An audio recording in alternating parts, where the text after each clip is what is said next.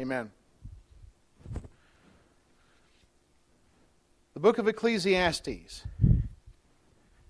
The Hebrew Bible has this title for the word Ecclesiastes. How's that pronounced? Koheleth, maybe? It's Hebrew, so I don't know. I'm just guessing. Koheleth. When the Hebrew Old Testament was translated into Greek, known as the Septuagint version,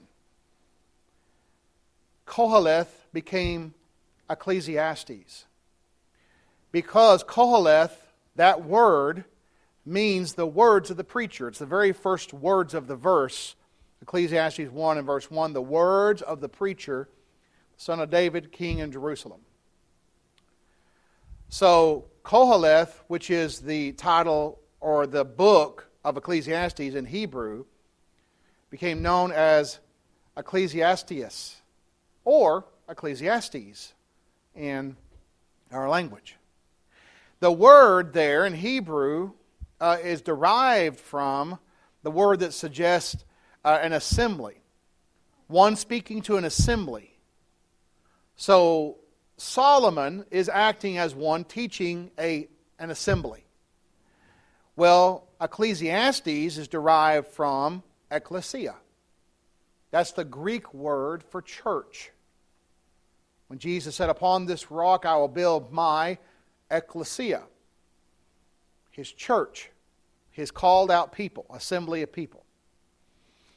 And so what you have here in this is you have a message to a people.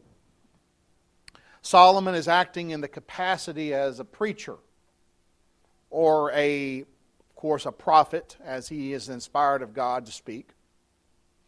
The author of this, Jewish authorities and early Christian tradition, attributes the book to Solomon because the evidence just seems to be him. He's not named in the book, but he is the son of David. Now, sometimes son can mean descendant. And so some might have suggested, well, it may not be a direct, talking about your immediate son. It could be a descendant. But all the indicators in the book seem to indicate this is talking about Solomon. I think the evidence is just clear that this is Solomon talking about the things that he did in his life. So the internal evidence certainly points to Solomon. He had wisdom given to him. 1 Kings chapter 3 and verse 12. If you want to hold your place in Ecclesiastes and go to 1 Kings chapter 3, you see here that Solomon is being given a blessing from the Lord. He is now king. He is a young man. 1 Kings chapter 3, beginning in verse 4. Now the king went to Gibeon to sacrifice there, for that was the great high place. Solomon offered 1,000 burnt offerings on the altar. At Gibeon, the Lord appeared to Solomon in a dream by night, and God said, "Ask, what shall I give you?" And can you imagine that offer? Almighty God, who created the cosmos, created everything, says, "Ask, what shall I give you?" Ask what you want. You think about things that you would ask for and look at the things that Solomon asked for. Verse 6, and Solomon said, "You have shown great mercy to your servant David, my father, because he walked before you in truth and righteousness and uprightness of heart with you. You have continued this great kindness for him, and you have given him a son to sit on his throne, as it is this day." Notice how Solomon connects the blessings that David received because of him being righteous and upright in heart before God. He walked before him in truth. Now, David was an imperfect man. He sinned, but he repented. And he kept on living the life he should have lived. He did not remain in his sin. So, the dark points in David's life were not characteristic of who he was as a person. He was a man after God's own heart. And yet he sinned, but he was forgiven by God. But the characteristic of his life was he walked before God in truth and in righteousness and in uprightness of heart, and established his throne as it is this day. Look at verse 7. Now, O Lord my God, you have made your servant king instead of my father David. But I am a little child, and I do not know how to go out or come in. Notice the attitude of Solomon here. He respects God. He calls him Yahweh my God there in verse 7. You have made your servant king. He gives the credit to God as to why he's king. He is recognizing that his authority as king has come from God. Then he says, I am a little child. I do not know how to go out or come in. He's saying, I'm young, I'm inexperienced. I don't know how to be a king as I ought to be. Again, that humble attitude, that reverence toward God, that humble attitude saying, I need help. I need help in this. Verse 8. And your servant is in the midst of your people, whom you have chosen, a great people, too numerous to be numbered or counted. Again, he recognizes this is God's people. He's not saying my people. He recognized that the Israelite people were the people that belonged to God. Verse 9, therefore give to your servant an understanding heart to judge your people, that I may discern between good and evil. For who is able to judge this great people of yours? Notice the greatness of Solomon at this point. He's humble enough to know, I don't have it within me to be a judge over the people. I don't have it in me to be king. I don't have the experience. And so he is asking here for an understanding heart to be a great leader. All the things he could have asked for, he asked for an understanding heart to be a great leader over his people, which belong to God. And he makes that connection. These are your people. I'm a king because you have made me king. I don't know what I'm doing. I need help. Please give me an understanding heart. This pleased the Lord. Look at verse 10. His speech pleased the Lord that Solomon had asked this thing. Then God said to him, because you have asked this thing and have not asked for a long life. How many people would ask for a long life? A lot of people would. I probably would have. Nor have you asked for riches for yourself. How many people would have asked for riches? I might have. Nor have you asked the life of your enemies. You didn't ask for vengeance to be rained down upon your enemies. But have asked for yourself an understanding to discern justice. Verse 12. Behold, I have done according to your word. See, I have given you a wise and understanding heart, so that there shall not be anyone like you before you, nor shall any like you arise after you. He's going to give him a special endowment of wisdom, unlike anyone else who has ever had, with the exception of Jesus Christ, his descendant, by the way.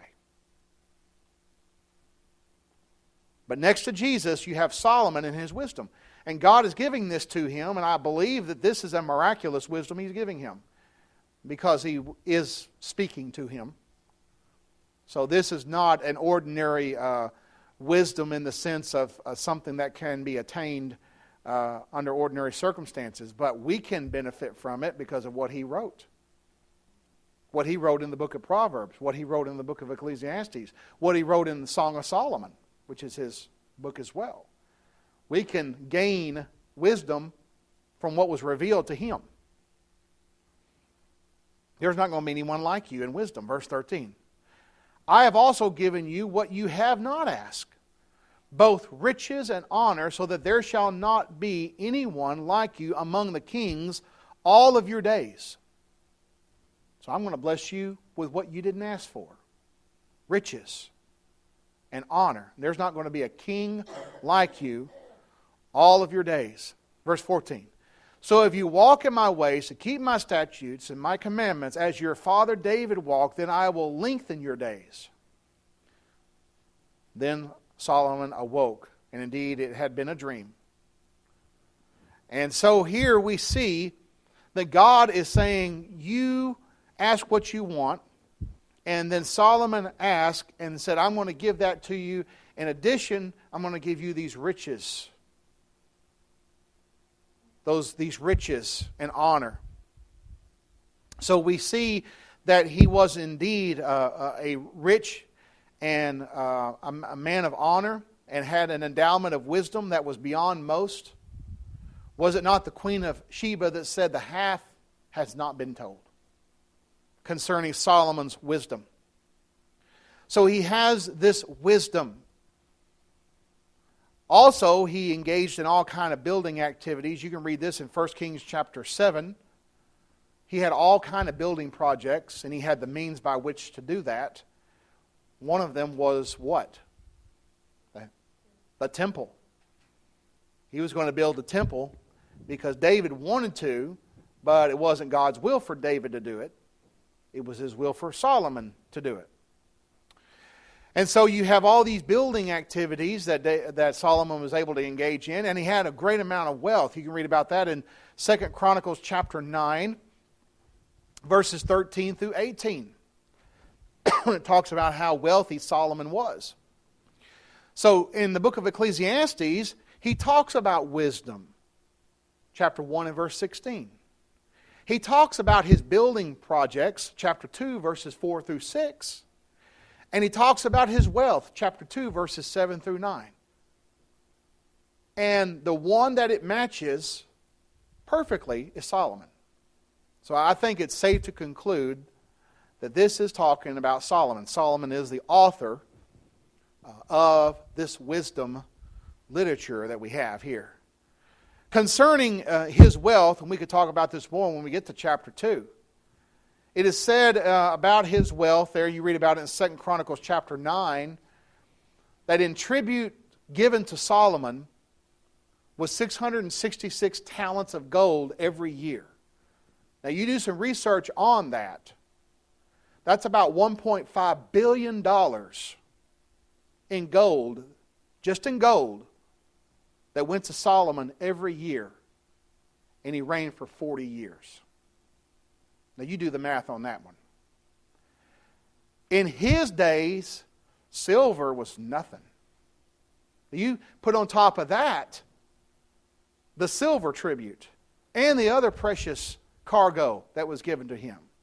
Solomon was a multi-billionaire, plus he had all this power. So he had the money, he had all of the fame, he had all of the education that a person could have at that day. And he concludes in the book of Ecclesiastes, it's a waste of time without God. It's a complete, utter waste of time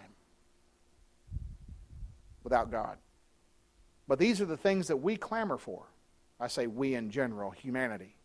The American dream. Clamor for those things. And Solomon said, I had it more than you could even imagine. And it's a waste of time without God. The only thing that really matters is your relationship to God. We see that in the closing verses of Ecclesiastes chapter 12. So we see here Solomon is probably toward the end of his life writing this. We saw Solomon at the beginning of his life in 1 Kings chapter 3. This is probably towards the end of his life that he's writing this, and he's coming to terms with some things. In fact, the Bible is rather obscure as to how Solomon died, whether he was right before God when he died. Now, I hope he was, for his soul's sake. But it doesn't give us a definitive answer on Solomon's spiritual condition. I hope the book of Ecclesiastes is reflecting his spiritual condition towards the end of his life.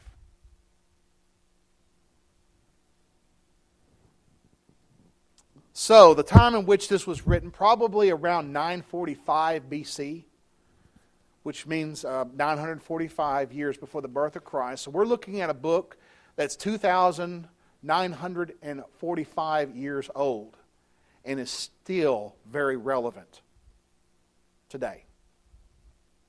In fact, we're going to see in the very first chapter how there is scientific foreknowledge in this book that Solomon could not have known naturally. Things that we are just now in science catching up to and understanding. It is a book with a message that is very pessimistic. It is not an optimistic book. It's kind of a depressing book with glimmers of hope culminating in a sobering responsibility before God. This isn't a happy, joy book. This isn't a book of Philippians where it talks about rejoicing in the Lord. There is some of that in there. But the main thrust of the book is basically from a humanistic point of view. If there was ever a book in the Bible that reflected the atheist, humanistic mindset, it would be the book of Ecclesiastes. Because he's looking at things from an earthly standpoint. That's why he talks about vanity and being under the sun. Vanity occurs some 35 times in the book. And what does vanity mean? Comes from vain.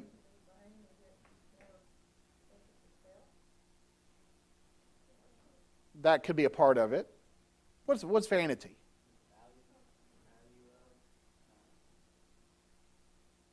What you value would be part of it. Superficial. That's a good way of describing it. It's described as futility, uselessness, nothingness. Isn't it interesting that the mirror in the bathroom is called a vanity? Because even though I'm as beautiful as I am right now, I always get a laugh when I say that. I'm getting older. Some people point that out.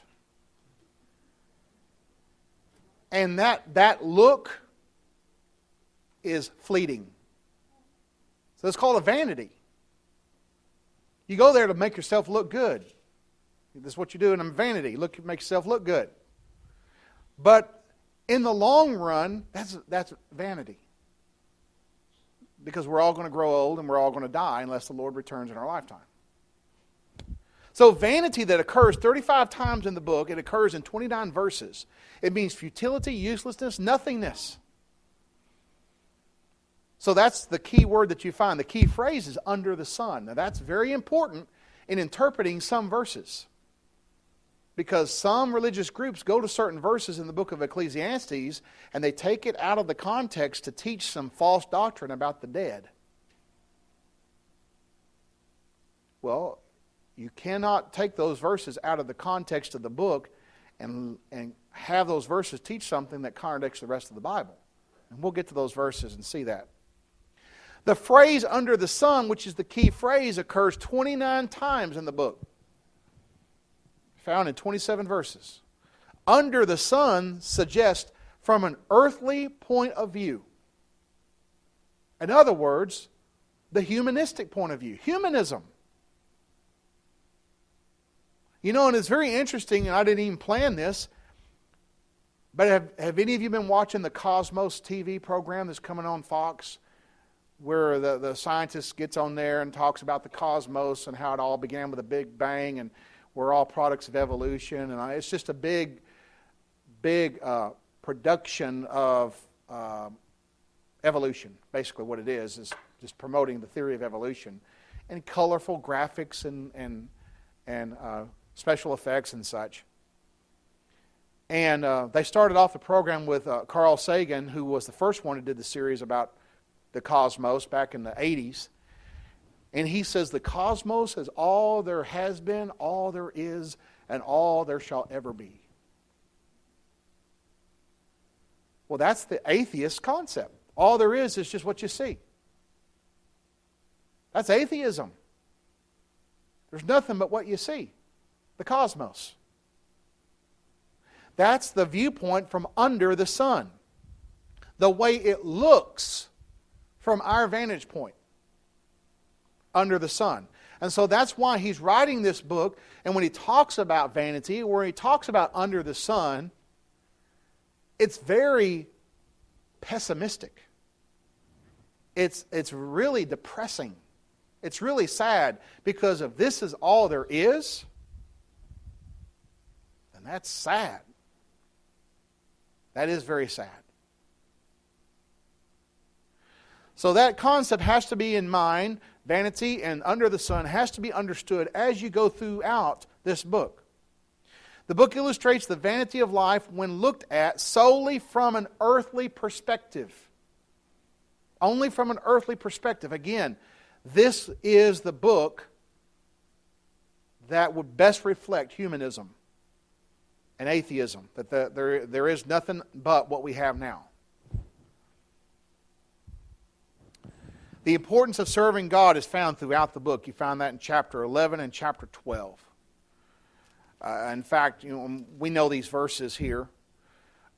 Chapter 12, verse 13 and 14. Let's hear the conclusion of the whole matter. Fear God and keep His commandments, for this is man's all. For God will bring every work into judgment, including every secret thing, whether good or evil. The point is, this is what it means to live. Isaiah 43 and verse 7 says, God created us for His glory.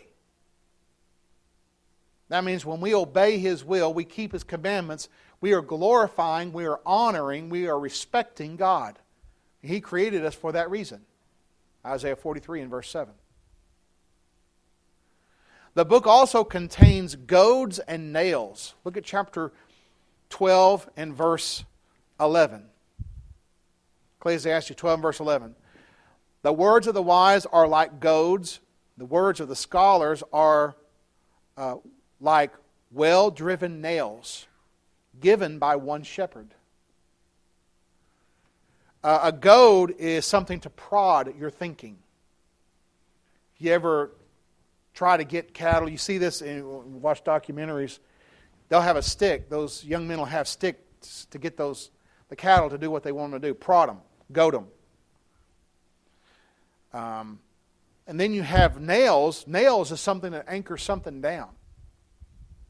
It gives it a stability to it. When you want something not to move, you nail it down. So he says here in Ecclesiastes 12 and verse 11, the words of the wise are like these goads that get you thinking. And the words of the scholars, this would be, of course, biblical scholars, scholarship that's in harmony with God's will, are like well-driven nails given by one shepherd. Now that shepherd there, in my translation, the New King James, is a capital S. It might be referring to God as the ultimate shepherd, or it could be referring to Solomon as a shepherd, as the king was oftentimes referred to as a shepherd over Israel. Ultimately it does go back to God, since Solomon is writing it by the inspiration of God. Given by one shepherd, one source. So we see this, and we see this book, and we have to be prepared for a book that is very practical. It is very much a book that reflects the attitude of someone who says, I've been there, I've done all of this, and it is not what brings happiness. And the only thing that brings fulfillment and happiness is a right relationship with God. That's all that matters ultimately, because we're going to go before God and be judged. And then there's eternity after that. I was watching another program the other day, and it talked about a man who won the lottery in Florida. He was a homeless man, illiterate man, won the lottery in Florida. Big winning, like 30 or 40 million. And it says that he had friends coming out of the woodwork. Friends were just coming out of every direction, wanting his money and such. And he worked at a barber shop before he won big. And after a while, and all these friends and all these problems started mounting because of his money, he went back to the barber shop where he worked, and he was talking to the person that he worked with. He said, I wish things could go back before I won things. He said, life's miserable. He was happier as a homeless person than he was as a multimillionaire because of all of the grief that he had to face from greedy hands. Right. Howard Hughes became, what do you call that, a hermit, a recluse? Is that the word where you go to yourself and you don't... He had a lot of psychological issues. He didn't want to come out and be... He was afraid of germs and everything. He didn't want to leave his house. I mean, you can read up on him and just see it. Those riches didn't help him. The riches didn't help him. Now, going back to what we've already looked at, who blessed him with the riches? God did. So there's nothing wrong with the riches. It's what you do with them. What you do with them. Are you going to use it to the glory of God, or are you going to use it on selfish pursuits? Well, the selfishness comes with a price, comes with an emptiness. But using it to the glory of God, and that's what Paul tells us in 1 Timothy chapter 6, you tell the rich, they be rich in good works. Don't trust in those riches.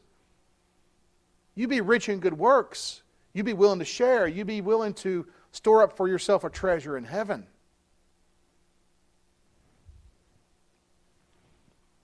Now, we're not going to get very far into the text today, but look at Ecclesiastes chapter 1. Any questions or comments about this before we go any further? Look at verse 1. Ecclesiastes 1 and verse 1. The words of the preacher, the son of David, king in Jerusalem. All of those indicators is referring to Solomon. I believe that is a safe and logical conclusion that we can deduce. He calls himself the Koheleth, whatever that word is. Sounds like Klingon to me.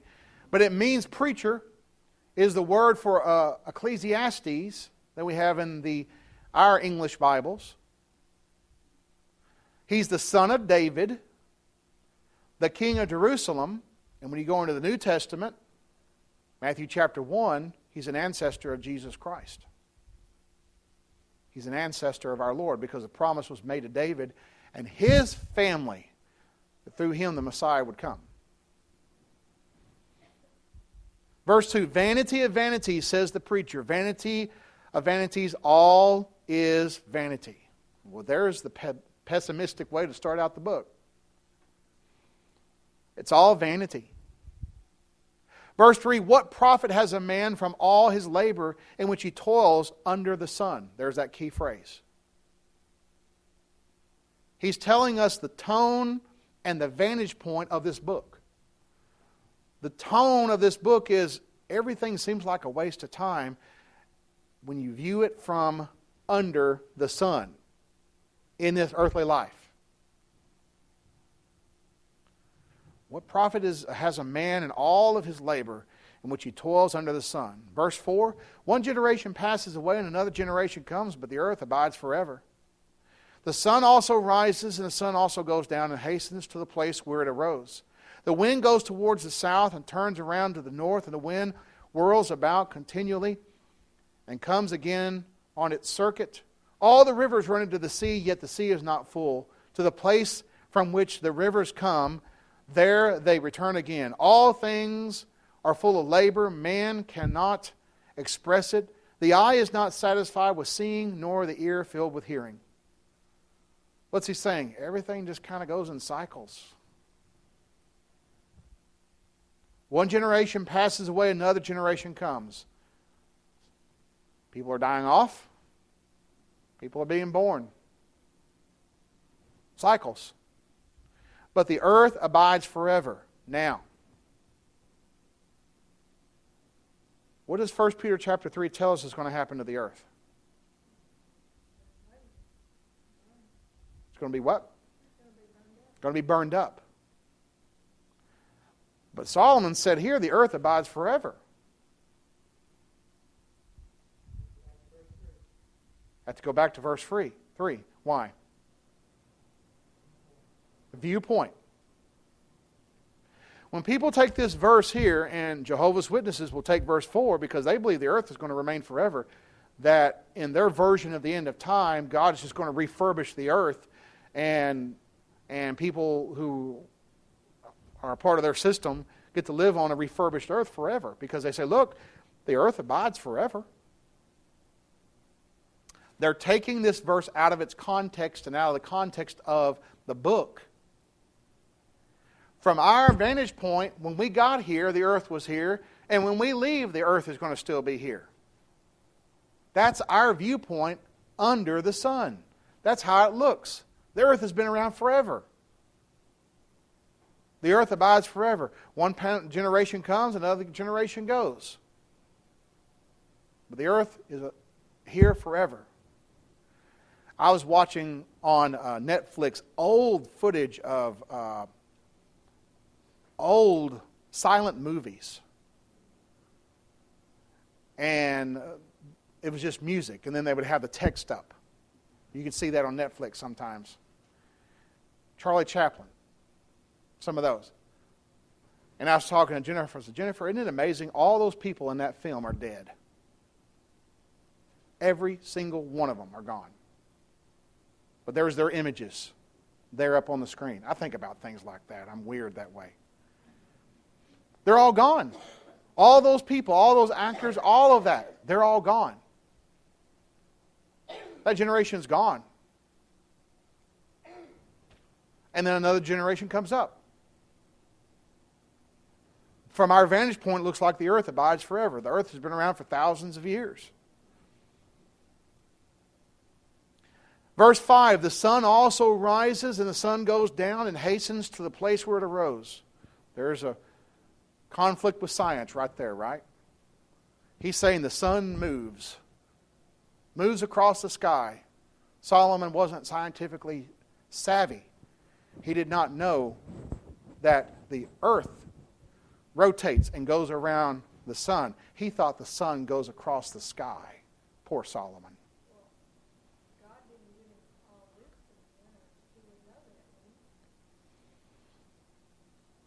What is the context of the book? Viewpoint, where?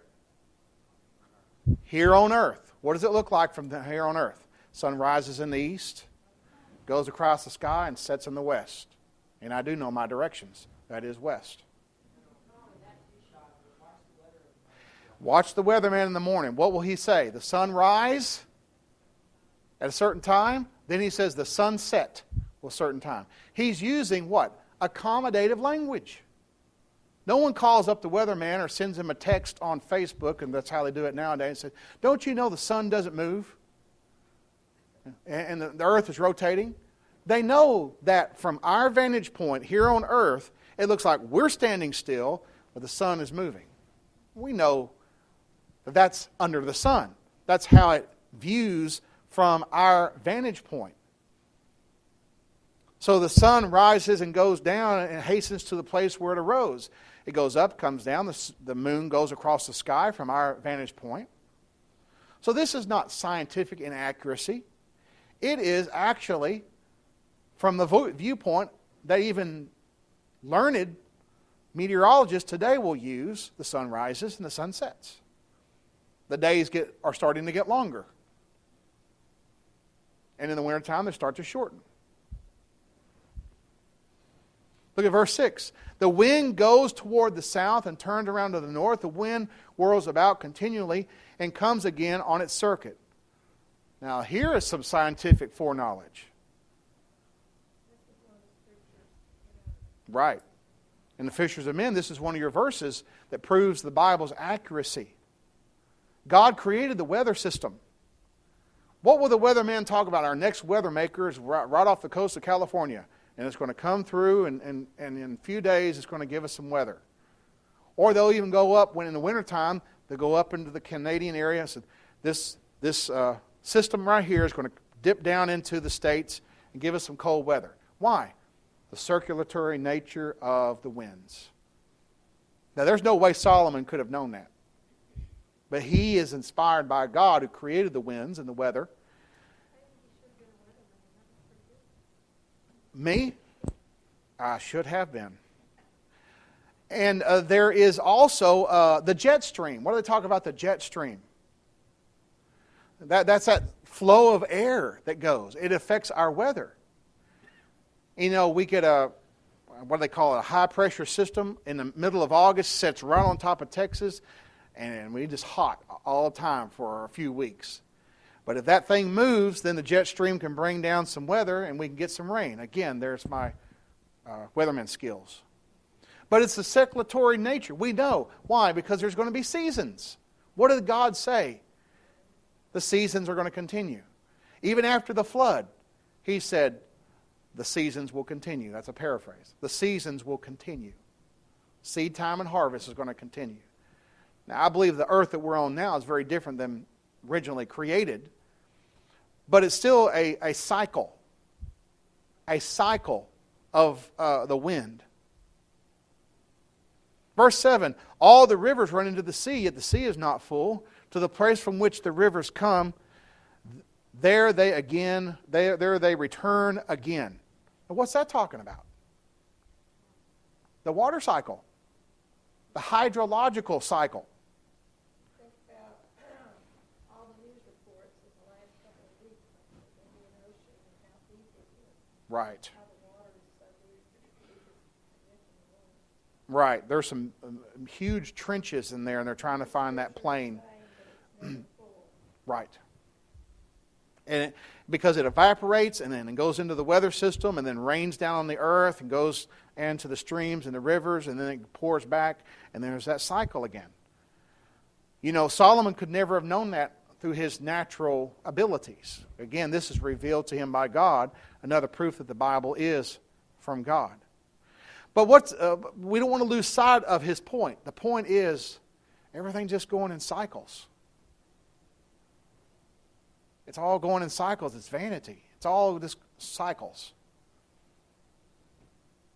Look at verse 8. All things are full of labor. Man cannot express it.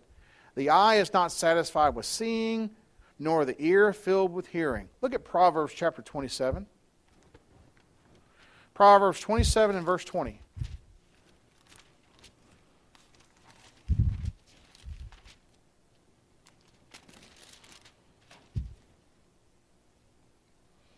Hell and destruction are never full, so the eyes of man are never satisfied. So there's that concept of it's never enough. It's never enough. All things are full of labor, work. There's continual work going on. But in the next life, we rest from our labors. Revelation 14:13.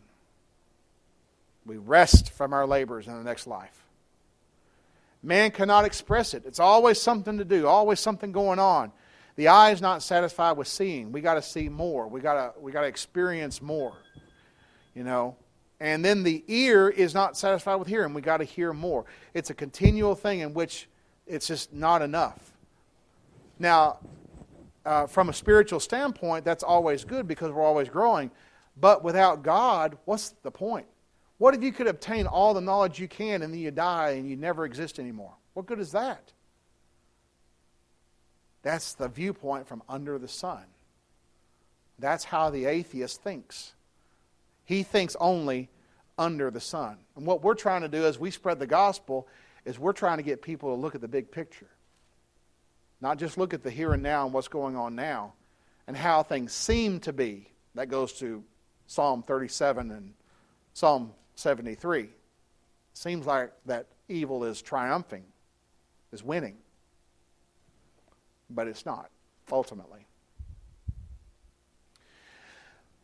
Next week, Lord willing, we will take up with verses 9 through the rest of the chapter and go ahead and be reading and studying that for next week's lesson.